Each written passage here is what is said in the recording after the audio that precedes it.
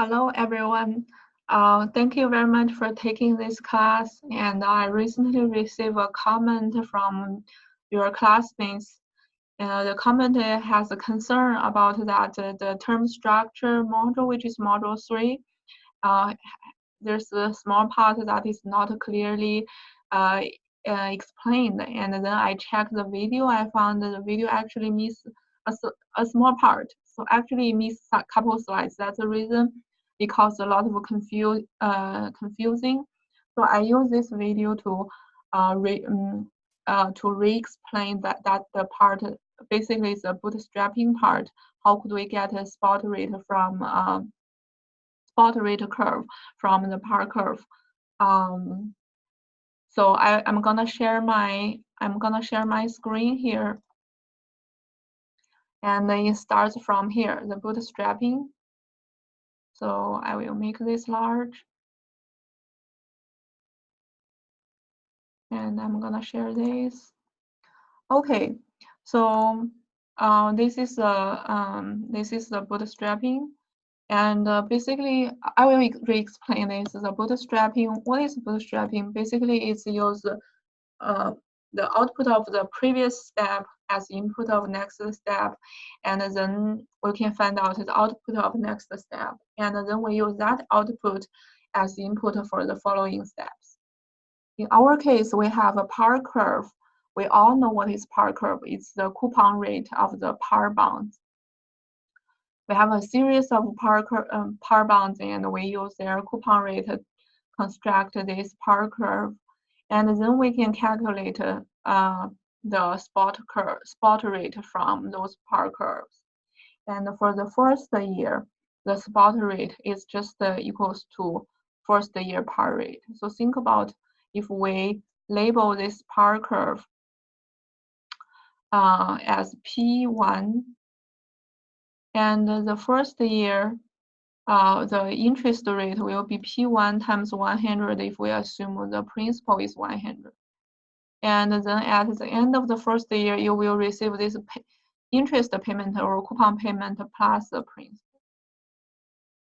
And you discount this by 1 plus the spot curve.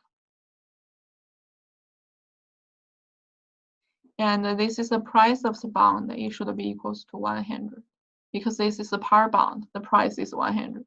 So this 100 will cancel out with the 100 on the left-hand side. So leaves 1 plus this P1 equals to 1 plus, forgive my handwriting, I use my mouse, it's really hard. Sorry about that. And then this 1 will cancel out with each other. So the spot rate for the first year equals to the par rate for the first year. And the R1 actually is the output for this step. And we use it as input to calculate R2. And continue this process, we can bootstrap this spot curve. Here is one example. Basically, we have this par curve. For t equal to 1, the par rate is 1%. T equal to 2, the par rate is 1.25. T equal to 3, that the par curve is 1.5%.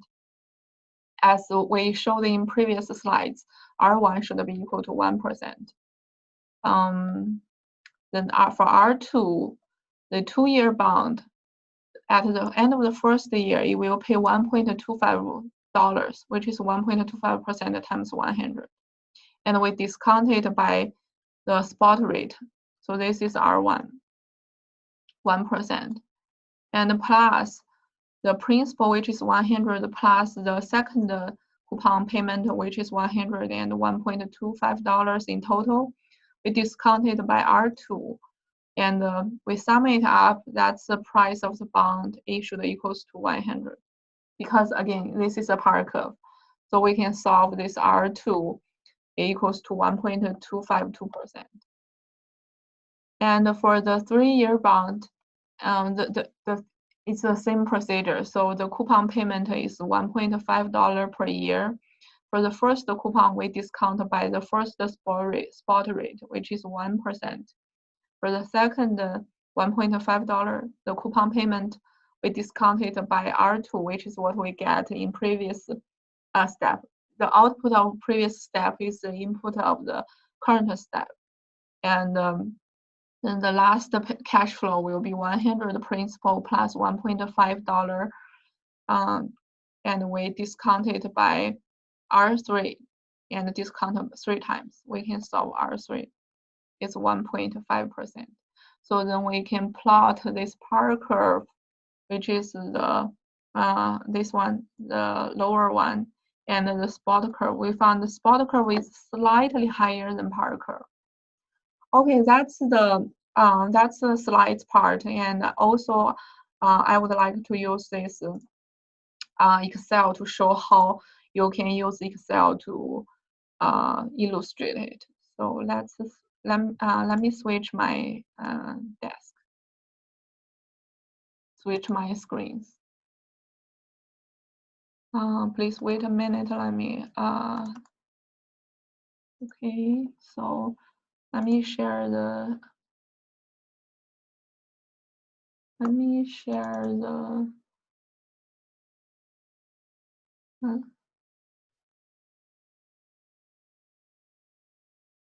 Let me share my screens here.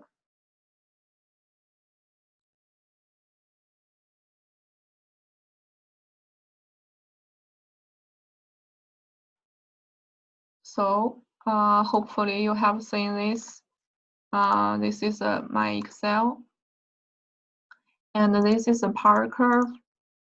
And then I just put it in rows. I feel like it's easier for me to do the calculations. And the spot curve, the first, let me just delete this. So how could we find out the spot curve for the first year? It's just equals to the power curve. And for the second year, we just put as 1%. And then the 2-year par bond, the cash flow, if here I just make the principal as 1,000. So this will equals to this par rate times 1,000, which is the principal. And the second cash flow will be this par curve times the principal plus the principal. And the first one we discount by this spot rate for 1 year. The second cash flow we discount by R2. Sorry about that. My light was gone a minute before, and then let's keep doing this, and then we sum those two numbers up. That's the price of the bond, and we know this is a par bond, so the price should be $1,000. And what we can do is like we use this solver, goes to data, and click this solver. The objective is this price of this 2-year par bond.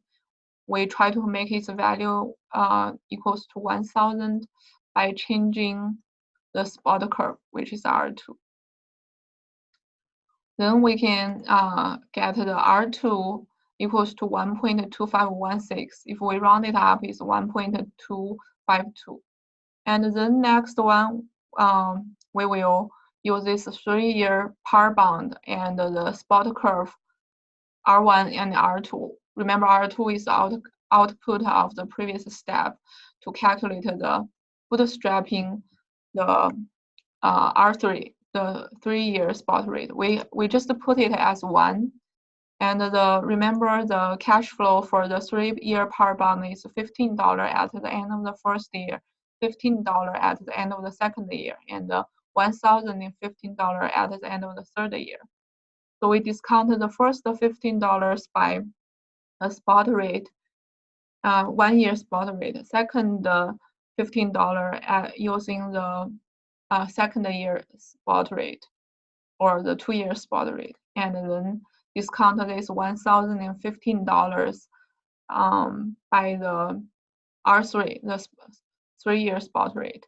Sum it up, sum those three numbers up. That's the price of this 3-year bond. However, remember we should make it equals to 1,000 because this is a par bond, and the value equals to 1,000 by changing R3. Then we can get this R3 value is equal to 1.505, and if we round it up, it's 1.51. Okay, that's the bootstrapping. Thank you for watching this video, and thank you very much for your comment. If you have any other suggestions or questions, please feel free to let me know. Bye.